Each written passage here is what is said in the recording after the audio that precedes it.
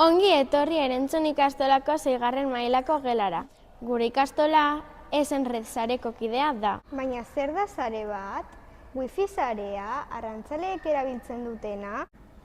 Ez, gure sarea asko hobea da. Mundua zaintzeko konpromisua duten eskolen sarea da. Horregatik, gure ikastolan natura ez dugu liburuetan soilik ikaste. Botak jantzi eta akzioa dagoen lekura joaten gara. Adibidez, Laskaina zaintzirara. Aurrera bideoa!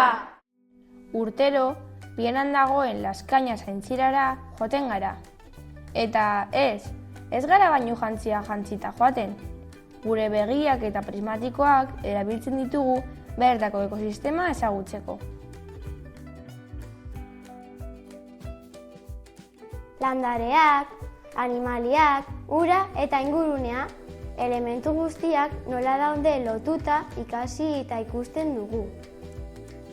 Pieza bat falta bada, dena kaltetzen da, eta gu ez dugu piezarik galtzea nahi.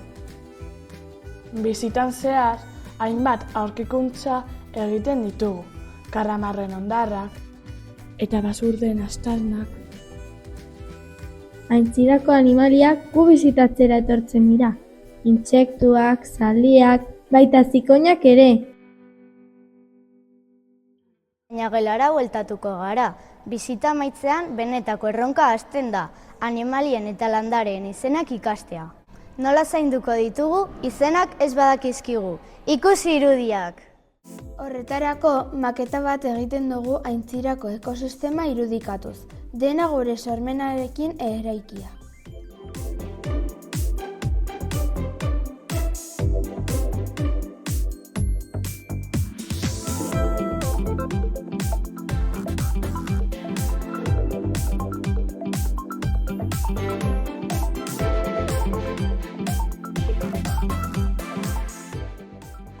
Eta azkenik, gure lana beste ikasleei aurkezten diogu.